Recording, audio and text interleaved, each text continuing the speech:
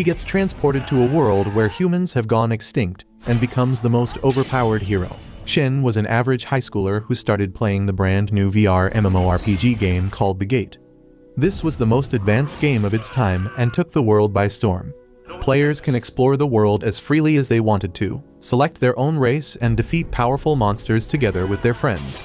This game was a dream come true for everyone, but one day, this popular game became a death trap, as the servers were jammed and people got stuck inside with no way of leaving the game. When a monster killed someone, that player died in real life as well, which created a huge wave of panic. But Shin was an experienced gamer who protected his fellow players from untimely death and made it his goal to finish the game so they all could return back to their normal lives. After several months, he finally leaves his home and his support characters to enter the final dungeon and face the final boss. The monster lunges forward with an attack, but Shin dodges and backs off before rushing forward and delivering a wild slash, cutting one of the wings off. He thought this would give him some advantage, but to his surprise, the boss simply regenerates his wings back alongside his HP. He realizes that he needs to finish this fight as soon as possible, so he rushes forward and clashes against the enemy before jumping up and delivering hundreds of strikes in quick succession, almost defeating the monster. Before the monster could recover though, he uses his special ability to upgrade his sword and jumps up in the air, striking the monster straight on the head, finishing it off forever. As soon as the monster disappears, the announcement is made inside the game about how the final boss has been defeated, which means that the game is officially over, and people are allowed to log off. He excitedly checks the log sheet to see that all of the players are slowly logging out and disappearing from the list. He makes sure that every single player left before finally he decides to log out. Before he could do that, however, a sudden noise makes him turn around, and he notices that a new gate has been opened behind him. The curiosity gets the better of him, and he decides to check where it leads before logging out. Suddenly, there was a huge bright light, and the next moment when he opens his eyes, he finds himself in the middle of nowhere in a grass field. All of this feels very realistic, but he checks his menu to realize he still must be in the game. He tries to log out, but notices that the log out button has disappeared once again. His heart sinks as he immediately checks the number of players in this game, only to realize that none of the players from the previous game have been transported here, and he is all alone. He curses his luck, but realizes that he needs to man up and figure this problem out. First, he uses his magic bird to take him to the location where his house used to be. To his utter surprise, the house that he built was still there, but suddenly he notices that a bunch of hoodlums seem to be harassing a girl. They ask the girl to tell them where the elf is, but when she refuses to give them the information, they grab her and start taking her out into the forest. The moment she exits the barrier around the house though, a massive monstrous pig appears in front of them, scaring the hooligans away, while she collapses on the ground waiting for her death. Thankfully, Shin slays the beast just as it was about to attack her and asks whether she is okay. She thanks him for saving her and takes him inside, where she asks what does he need. Shin is confused as this is supposed to be his home, but according to the girl, this home belongs to an elf named Rai. He suddenly realizes that Rai is none other than the pretty white-haired NPC character that he had in the last game. Apparently, she is very famous and owns this establishment. The girl introduces herself as Tiara and claims that she can relay his message to Rai for a small fee of 1,000 silver coins. Shin is confused as in the last game there were only gold coins, so he produces a gold coin, claiming that he only has this, but Tiara's jaw drops to the floor as apparently the gold coin is worth 10 million silver coins in this world. She asks who he is, and Shin replies that he belongs to the race of high humans. This shocks Tiara even more as high humans apparently went extinct 500 years ago. Shin realizes that the high humans must have been the players from his world who all logged out of the game after he defeated the final boss, which means that this world is 500 years in the future. He thanks her and hands her the gold coin for giving him this information. At first, Tiara gets shocked and tells him that she can't take it, but soon the gold digger inside her comes out and she accepts the coin and simply stares at it with disbelief. He asks her about the monstrous pig in this area, and she replies that she is cursed. According to her, she used to have silver hair, just like any other elf, but one day when she was a child, she got cursed by someone and her hair became black. Ever since that day, monsters have been attracted to her, and everyone hated her. Thankfully, Rai took her in and used a magical barrier to protect the house so that no monsters can attack them while inside. She claims that she will live her entire life inside the house, which is a pretty sad thing. So Shin uses his magic to check her stats and realizes that it is just a low-level curse that randomly happens. He tells her to relax and uses a purifying magic to nullify the curse. The magic seems to have worked, but her hair only partially changed to white.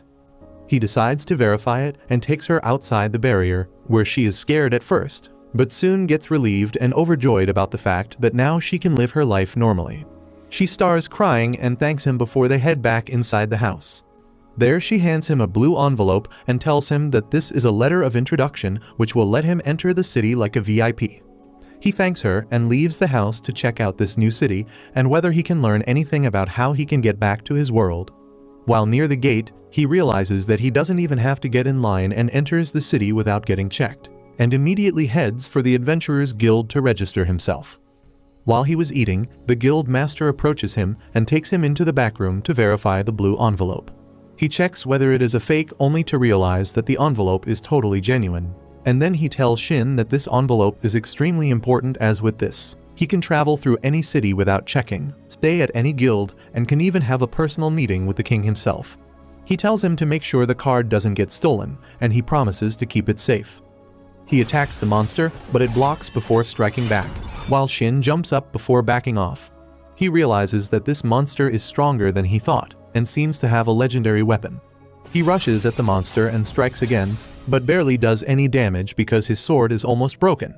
He knows he only has one more chance before the sword breaks, so he powers up like Goku and rushes at the demon, delivering a powerful slash that deletes the monster while the sword is thrown away far into the sky. He feels bad because he wanted that sword, especially now that his sword is broken, but simply takes the crystal is dropped as his reward and leaves the area for the time being. It turns out that the sword flew and ended up landing inside the chamber of the princess of this kingdom, who was beyond shocked to see this, while her guards wondered whether they were under attack. The princess tells them to calm down and realizes that the weapon is a legendary item, which is not a very usual thing to see. She tells the guards to get the weapon checked, and also find out who threw it inside the castle. Shin ends up returning to the city where he finds a large crowd gathered around the tattered remains of a bunch of soldiers. He asks around and finds out that the soldiers were wandering the northern forest after reports of people going missing, so they went to check, but ended up getting attacked by an incredibly strong monster that killed most of them while the rest ran away injured. The guard asks whether Shin knows anything about it, but he lies and claims that he doesn't know anything about it as he was picking herbs. After that, he returns back to the Adventurers Guild where he meets up with the receptionist named Silica. And even inside the guild, he finds out that everyone is talking about the northern forests, as apparently a lot of monsters have been spawning there lately. He turns towards her and reports that he ended up killing a giant monster called Skullface and wanted to have the gem that he dropped checked out. Silica is completely shocked while Shin continues about how the monster had a giant sword which ended up going missing, while his own sword ended up getting damaged during the scuffle. Silica gets in his face asking how can he talk so nonchalantly about something so crazy, but Shin replies that he just had a chance encounter and it was not his goal to fight the beast. Just then a green-haired elf named Elsa arrives who asks what the commotion is about. Silica goes near Elsa and whispers in her ears about how Shin ended up killing the legendary monster Skullface. Shin tells them that he doesn't have anything to prove that he killed Skullface though, as the items he dropped were too weak and basic, while the sword ended up getting lost. Elsa thinks that Shin must be lying about killing such a monster and asks Silica to get the gem checked. Silica tells Shin to wait out here while she has the gem checked, so he turns towards Elsa and asks whether monsters like Skullface spawn often here. She tells him that monsters are born from grudges and sins of people who die a horrible death, and because a lot of people ended up dying in the northern forest, it is now filled with corpses and a perfect location for the monsters to live. She tells him that usually the monsters there are pretty low level, so Skullface being there is a very big mystery. Shin very calmly tells them that he thought so as well, because he has never seen a Skullface that's level 359. This utterly shocks the two girls as they wonder where Shin is joking around or not. Elsa immediately tells Silica to check the level on the gem and turns around to Shin, telling him that if he is telling the truth, then that means that he is stronger than a full party of a rank adventurers. He tells her to keep it a secret for now, and she agrees, and after that she heads off to eat some food. While waiting for his food, a tall man wearing weird purple dress walks in, and everyone gets quiet around him, looking scared. The man comes up near Shin and puts his spear down, which Shin recognizes as a legendary item. The man sits down the other side and introduces himself as Will and asks whether he is new here. Shin replies that he came here a couple of days ago, and Will laughs about it, and claims that the only reason why Shin isn't scared of him is because he doesn't know him. He claims that he is known as the vampire around here because his spear has the ability to suck the soul out of any enemy that tries to cross his path. Shin doesn't really care about it and tells him to eat quietly as he has work to do. Later that evening he goes to a library to find out more about this world and reads a book, only to learn that this world is basically the same as the game he used to play. But the race of high humans have gone extinct, which means he is the last one in this world, which could be dangerous if bad people got to know about it. Meanwhile, the guild master calls a meeting where they discuss about the recent developments with Shin, as it turns out that he was telling the truth and the gem is indeed level 359. One of the royal guards asks the guild master to let him meet Shin, because this morning a huge sword flew into the princess's chamber, and they believe that Shin is connected to this occurrence and the sword might belong to the monster Skullface. On the other end, Shin is sitting near a fountain eating some snacks when he spots a small beast girl looking at his food with hungry eyes, so he offers her a bite and she happily takes it. While he was wondering whether the kid is lost, Will ends up walking up to them, as it turns out that Will takes care of some of the children that live in the church's orphanage, and this girl keeps running away when she gets bored. He tells her to get back to the church, but before going she goes near Shin and whispers in his ears that he should save the fox in the northern forest. Shin has no idea what she is talking about, but decides to check it out. The next morning he heads over to Tiara's place, where he asks her to relay a message to Rai. He tells her that he has been trying to send a mail directly, but he can't do it. Tiara looks confused and asks what is he talking about, so he tells her that he has magic cards that he can directly send to the person he wants, but they aren't working when he tries to send it to Rai. To demonstrate that the cards work otherwise, he goes outside the cottage and sends a mail to Tiara which shocks her, and she asks whether she could keep some. He happily gives her the cards and tells her to deliver the envelope to Rai alongside a sword that he produces. The sword supposedly belongs to Rai because in the game, he crafted it for her by using the items dropped by a lot of mythical monsters, and only she can use it. He tells Tiara to convey the message to her that if she remembers the sword and who made it, she should contact him. After that he heads off inside the forest to check what the beast girl was talking about, and suddenly the fog thickens as he arrives near a shrouded temple.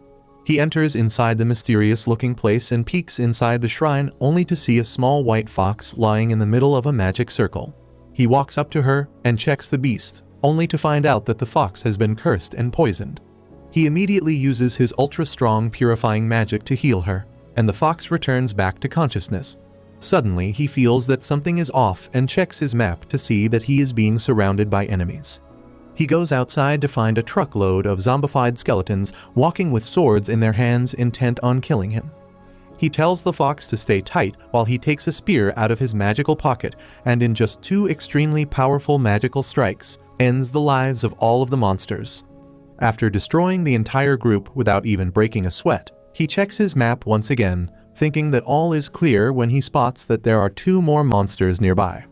It turns out that the statues near the gate were petrified monsters who finally break free and attack him. They are both level 675, which is insanely high, but he dodges their attacks and tries to use his Shadowbind magic to trap them. The monsters turn out to be pretty strong and release a thick fog like magical smoke that completely covers the entire area, blinding Shin and hurting the fox, while the beasts attack Shin from the darkness as he tries to dodge. He keeps dodging their attacks while trying to think of a way out of this problem when the fox directs him towards the magical circle inside the shrine. He immediately runs inside, and to his surprise, the smoke clears up and he is able to see clearly. Before they could attack, he uses his special legendary binding magic, and once they are trapped, he releases the full power of his spear, and in one devastating thrust, he completely destroys both the monsters from existence.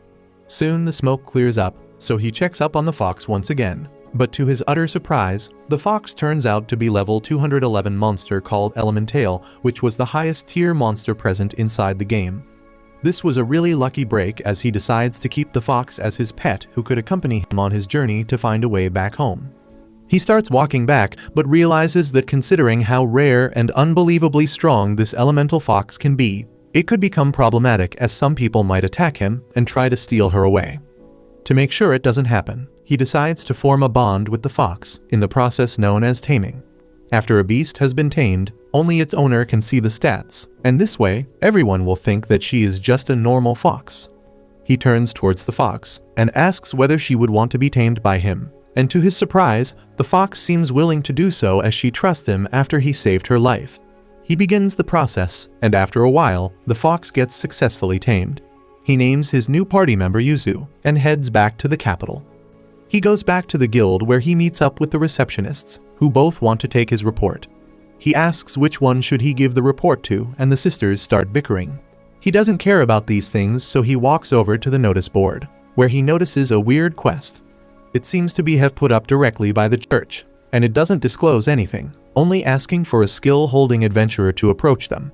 He finds it very fishy, but at the same time, he is also curious about it. He decides to take the notice and head over to the church, as this way he could meet Millie as well. He reaches the church where he meets up with a nun named Trya. She asks what is he doing here, and he honestly replies that he doesn't really know much about the church, but came here after checking the quest. The nun immediately gets interested and asks whether he is a skill holder. He tells her that he would reveal everything, but he would like to gather some information as well. He asks whether Millie the Beast Girl is around, and the nun seems suspicious, but takes him back to the guest room. He waits while wondering what powers does Millie possess, as she told him to save the fox before. Finally, the door opens and Millie enters the room, happy to see him. She immediately runs up to him and starts hugging him, which softens the nun a little bit, as she claims that now she knows that he is not a bad person, because Millie usually doesn't like company. He asks whether he can start the business talk now, and the nun gives him her permissions. He immediately looks at Millie and asks whether this is the fox that she was telling him to save. Millie takes a look at his head and happily claims that it is indeed the fox that she thought was in danger and thanks him for saving it. Shin smiles and tells Yuzu to thank Millie, as she is the one who asked him to save her life. Yuzu immediately comes down and thanks Millie, while Shin turns towards the nun and asks about the quest. She tells him that he must be a skill holder to be able to see the quest, which makes Shin realize that even though having certain skills were very common in his world, it must be a very rare thing in this new world. She tells him that they are looking for a particular skill holder who can teach one of the church's nuns that skill. He asks whether they want the heal or the curse skill, but the nun shakes her head and claims that due to certain circumstances, they really need to learn the purify skill. She looks down thinking that there is no way this guy knows the skill, but Shin simply replies that it is a hassle to learn that skill. She is shocked and asks whether he means that he knows the skill, and Shin replies that he does. She asks whether he would accept the quest, but he replies that he wants something in return for the job. She starts talking about gold and money, but he tells her that he is not interested in that and would like repayment in some other way. Just as the nun was going to break her vow of celibacy, Shin stops her and tells her that he simply wants to know details about the church and about the powers the Millie possesses. She looks unsure about it, and it makes sense, but Shin knows way too less about this world, and having the church as his informant would be very helpful. The nun was having trouble making the decision, but Millie speaks up and tells Trya that it is fine, and that she can trust Shin. Trya ends up taking the advice of a 6-year-old, and tells Shin that she can give him all the information about who comes and goes from the church alongside other details. She then tells him that Millie has the power of an oracle and can predict future sometimes. She has never been wrong in her predictions even once, and that's why they try to keep it a secret, because some evil men can try to take her away for their own benefit. To prevent that from happening, Will usually stays nearby, and because he is such a feared warrior, people stay away and don't mess with them. He then asks when would she like to learn the skill, but Trya replies that it is not her who is supposed to learn it, but the granddaughter of the previous priest because of some religious reasons. Later that day, Shin tries to mingle with the other children, but they all seem to be enchanted by the beautiful fox, while they completely ignore Shin and Millie. Shin doesn't know how to get closer to the kids, but Millie has had enough and wanted to pet Yusu, so she calls him over to Shin, and then takes her in her arms, cuddling and petting the pretty beast. All the children watch in amazement and jealousy, but when Shin tries to talk to them, they run away. One of the older kids walk up to him, and asks whether he is the one who is going to help them. Shin replies that he did take the quest, and asks for more information about it. The little girl tells him that currently the church doesn't have a priest, so there are 2 candidates. The most promising candidate is a man who wants to destroy the orphanage completely and make his own house here. Shin asks why would he want to destroy the orphanage, and the kid replies that because they all hate this man, and he is also a money-grubbing pig. Shin asks why can't Trya become the priest, but the kid tells him that only a person with a purify skill can become a priest, and the other candidate is Rash, the late priest's granddaughter. She pleads with him to help them, and he tells them not to worry. Later that day, he meets up with Rash, who seems to be a nice girl, but pretty clumsy and careless. He introduces himself and claims that he will teach her the purification magic, but warns her that it will totally depend on how she practices and whether she is able to complete the training. He then asks whether they know any places where high-level monsters spawn, and Trya replies that there is a very well-known spot in the faraway forest. Before he can get any further information, the door opens and Will enters the door, with a scowl on his face, and asks why did he take the quest. He asks what he asks for in return, and Shin honestly tells him about his deal with Trya. Will thinks that they are trusting him a bit too much, as he is still a no-name new adventurer, but Millie insists that Shin is fine. Will still puts his lance on his throat and warns him that if any information about Millie's power get leaked, he will kill him with his own hands. Will then asks more about the purifying skill and how to learn it, so Shin explains that you first need to have a holy gem with you, which is very hard to find. After that you need to defeat over 200 undead monsters, and each should be at least level 150. The good thing is that only the killing blow matters, so his plan is to weaken the monsters to the brink of death, so that Rash can easily kill them off. Even Will is shocked at this because level 150 monsters are no joke. Shin, however, reassures them that he can do this, and insists that the harder part would have been to find a holy gem, but thanks to the power of plot armor, he already has the gem, so they can begin the process immediately. They decide to start the quest at night, and all of them go back to have some rest. While Shin was walking down to have some food, he gets ambushed by Will, who was waiting for him, and he takes him into a tavern for a talk. They have a deep bro talk, while Will explains that according to myths, every so often a person known as the Chosen One is born who has all the knowledge and memories from his previous life and is extremely strong. Shin wonders how this sounds similar to his reincarnation story, when suddenly he gets a message from Tiara, who claims that Rai replied and told Shin that she wants to meet him the moment she comes back from her job. After that, Shin takes out his letter of recommendation to flex on Will, but surprisingly even he has one. They touch tips together, which strengthens their bond even more, and a couple of hours later, head down to the dark forest. They walk for a while, after which they finally find their first wave of monsters. The dog monster attacks them, but Shin immediately freezes them in the air, and tells Rash to use her heal magic to kill them. She was unsure at first, but quickly deals with them. Will takes care of the next wave of skeletons with his lance, and Rash destroys them as well. After killing a bunch of waves, they finally head over to the deeper ends, where Will uses his adventurer's card to open a barrier which is put in place to stop new adventurers, as this area is dangerous. They enter the area, and immediately Shin notices some monsters on his minimap. Will goes ahead to deal with the ones ahead, while Shin weakens the ones nearby, and lets Rash end them. He tells her that by the time she learns to purify magic, she might become level 150 herself. Finally, Will comes back with a bunch of corpses and hands it over to Rash, who screams in horror at this sight. Meanwhile, much deeper in the forest, the princess and her party are dealing with a giant monster. She uses her giant sword to finish the demon and realizes that without this sword, which came through her window, killing this monster would have been very difficult. She then tells one of her party members to help the other group, so she runs over to the nearby lake. The other party seems to be on their last leg, barely managing to survive against the giant monster. But the white-haired lady enters the fray and uses her ultra-fast strikes to slice the monster in pieces and breaks its core in half. She lands on the ground, and her hair starts flying as the knight realizes that it's the famous white-haired elf, Rai. Rai uses a spell called Wide Heal to immediately heal all the injuries the knights have sustained.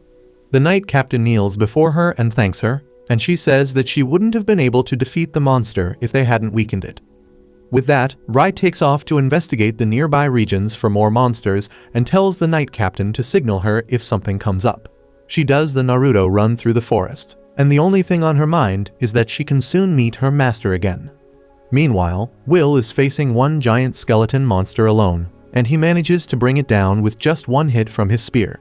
He tells Rash to finish the monster, and she casts the heal magic on the monster's broken core to defeat it.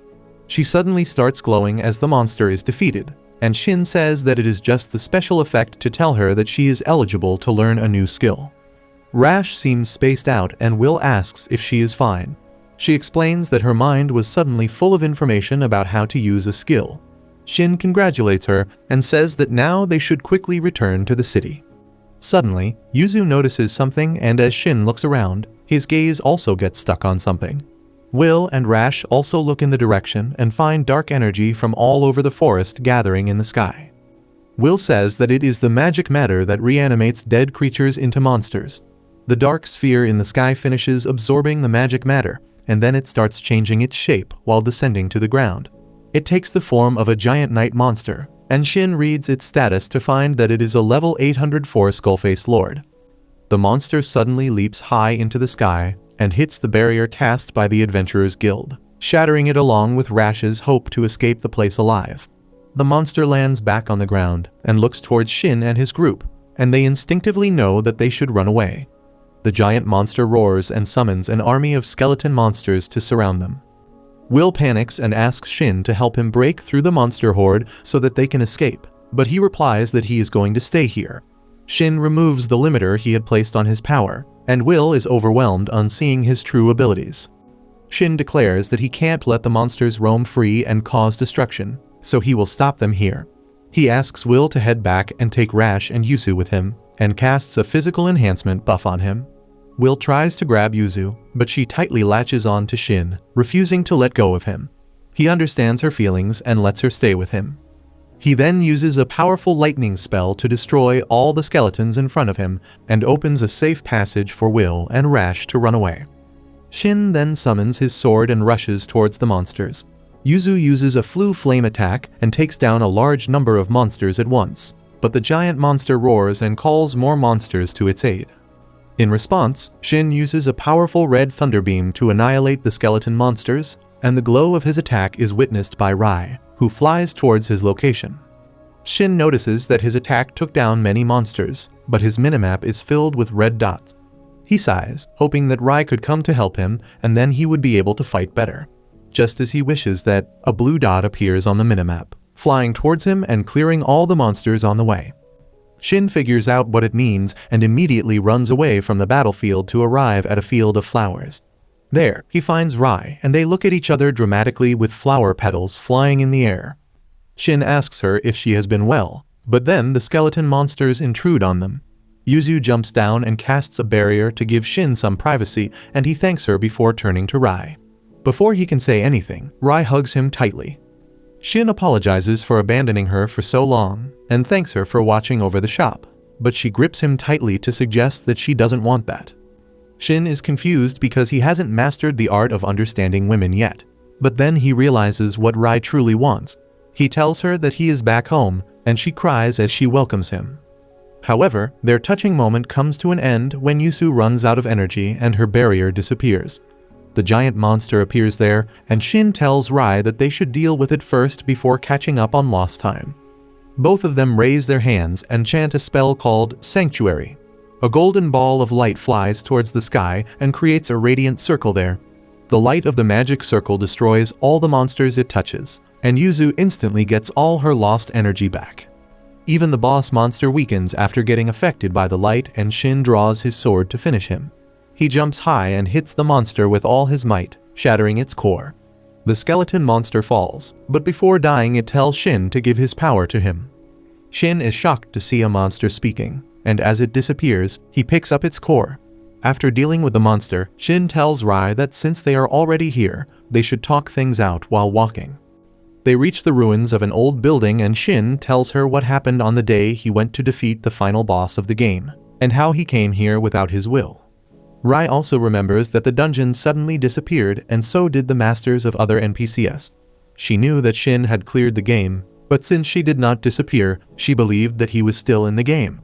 Since that day, Rai and Shin's other NPC Servast have been looking for him all over the world.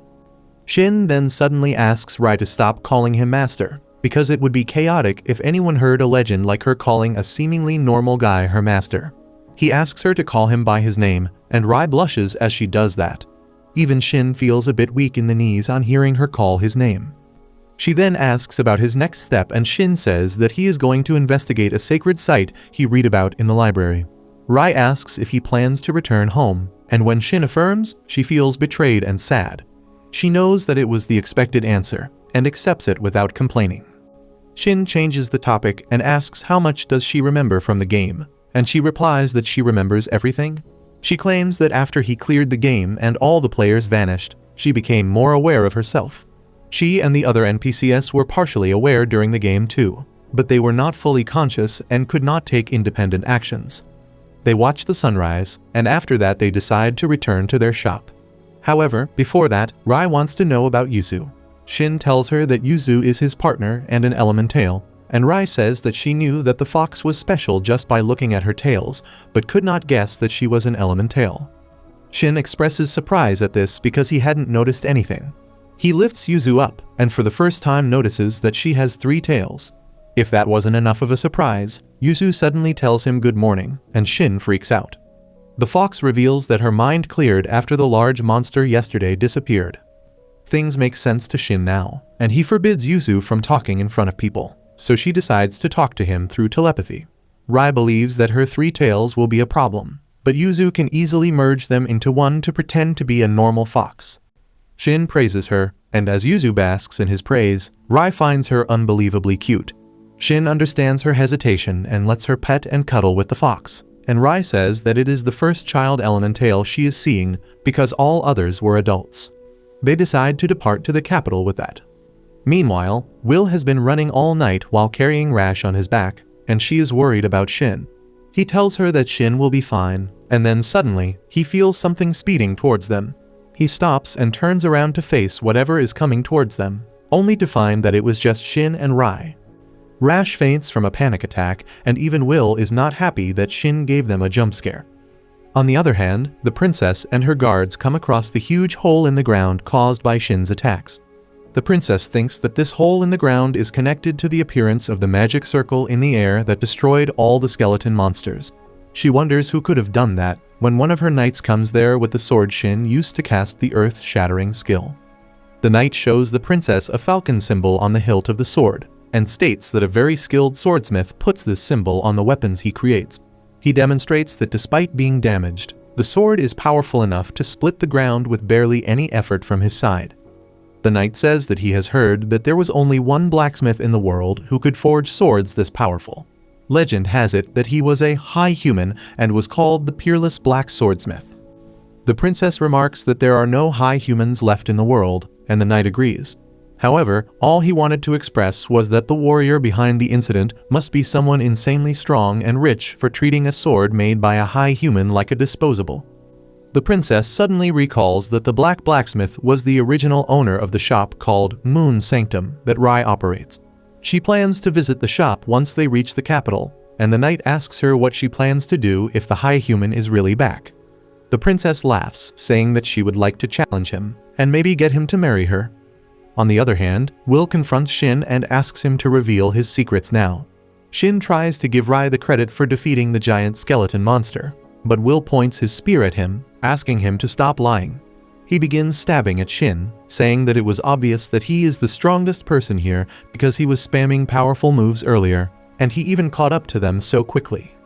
Shin can only dodge his stabs as he asks him to stop. He finally comes clean and reveals that he is a high human, and also Rai's master. Will believes him easily, and then Shin asks him if there are any records about high humans in this world. Will tells him that there are many records that talk about how insanely strong and skilled high humans used to be, and they are still worshipped as gods by many people. Shin says that those stories can be a problem, but he really believes that his blacksmithing skills are legendary. Soon, Rash wakes up, and as she looks at Shin, she panics and asks if he is fine. She then notices the white-haired elf, and upon learning that she is Rai, Rash starts fangirling over her. The very next moment, she is hit by motion sickness because of being carried at super speed all night long. Will carries her on his back again while Shin apologizes for it. They plan to go their separate ways once they reach the gate, and Shin gives Will some of his magical letters to contact him immediately if something happens. Will warns him that if he uses these letters, he would be in a very serious situation, and tells Shin to rethink it. Shin realizes that Will doesn't want to involve outsiders in his problems, but he pushes the letters on him, remarking that he can't leave him alone after they have come together all this way. Will decides to take up the letters and then leaves for the church. Shin and Rai also head back to their shop, where Tiara comes running to greet Rai. She nervously explains to her about the man who came to their shop, claiming to be Rai's friend, without noticing that the man in question is standing right there. After Rai helps her calm down, Tiara notices Shin, who says that they should have dinner before talking about their circumstances. Tiara asks why should she let him eat dinner with them, and then Rai decides to introduce Shin as the true owner of their shop. Tiara freaks out on hearing this, but she cannot argue with Rai's judgment. She apologizes to Shin for not recognizing him earlier, and he tells her to not be so serious. He also introduces Yuzu to Tiara on the same note, and she is shocked to see a talking fox. Soon, Rai prepares a full-course meal for Shin, and Tiara is surprised about the ingredients because the food seems to be covered in a faint aura. Shin says that the meat in the dishes is from strong monsters like Thermal Lion and Orc King, and even the vegetables are some rare items. Tiara once again freaks out on hearing the name of all rare and legendary class ingredients, but Shin ignores her concerns and asks Rai about aura. She replies that aura is the remnant of mana in the ingredients, and it is often seen with powerful monsters and rare plants. They begin dinner with that and truly relish everything. Later, Rai tells Shin that all the other NPCs are living their lives separately. They initially thought about searching for him, but then decided that he would be fine no matter where he was, so they just decided to wait patiently for him. Shin appears a bit melancholy on hearing this, and then suddenly, the drunk Tiara starts telling him that he is too serious. Rai takes her to bed, while Shin also heads to his bedroom that has not changed at all ever since he left it. Yuzu has already fallen asleep, and Shin also changes into comfortable clothes to go to sleep. He feels drowsy the moment he plops on the bed, and wakes up in the middle of the night, feeling a heavy weight on his chest. As he opens his eyes and looks around, he finds Rai sleeping next to him.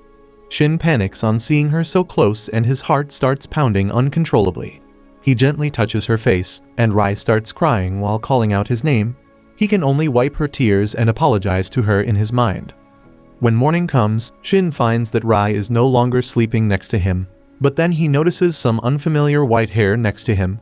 He lifts his blanket to see what is happening and finds that Yuzu has turned into a human. As she gets up lazily, Shin freaks out on seeing her bare body, and as she rushes to hug him, he fears that the FBI may come for him. He then gives her some clothes suitable for elementals to wear. Later, they head to the kitchen to meet Rai and Tiara, who are surprised to see Yuzu in her human form. She nervously greets them, and then all of them have breakfast. After that, Shin asks Yuzu about the shrine she was at, and the symbol drawn on the floor. She doesn't know anything apart from the fact that she felt less uncomfortable within the symbol as compared to any other place, and Shin begins to inspect her answer for any clues. He then asks Yuzu what was she doing there, and she replies that she was just napping in the sun, when suddenly, a natural disaster shook the place, and she tried her best to stop it. She got exhausted by expending all her power, and then went into the shrine to rest. When she thought that she was going to die, Shin came there and rescued her. Shin says that he could only save her thanks to Millie, and Yuzu wants to thank her with a gift. Rai suggests that they take an elven bread made by Tiara as their gift, because it is the top product of their shop. Shin remarks that they are a weapon shop and not a restaurant, but Rai reminds him that he is the only one who can open the armory, so they couldn't restock it in his absence.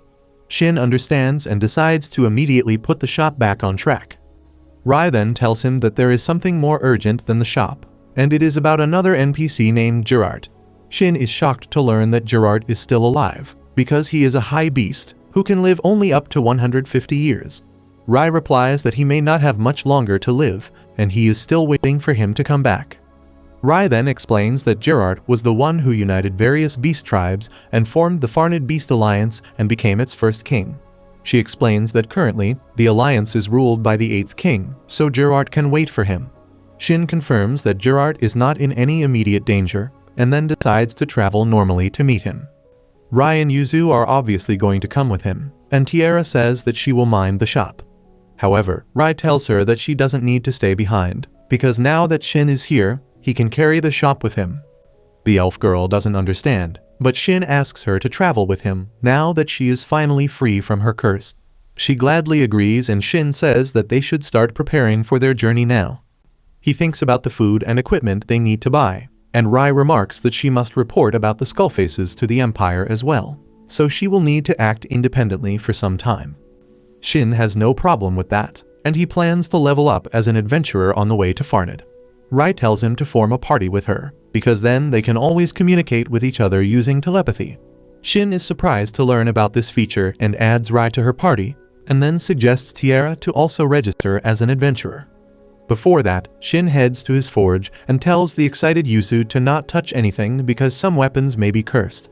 Since everything is in working condition, he makes some swords, but the first sword turns out to be too good for this world. Shin knows that he can't sell something like this, so he decides to try less harder in the following attempts. He succeeds in making some fine swords to sell at his shop, and then Tiara comes there, ready to go out. If you liked this video, make sure to subscribe for part 6, and make sure to check out this brand new anime about a weird loser who turns out to be the strongest fighter in high school.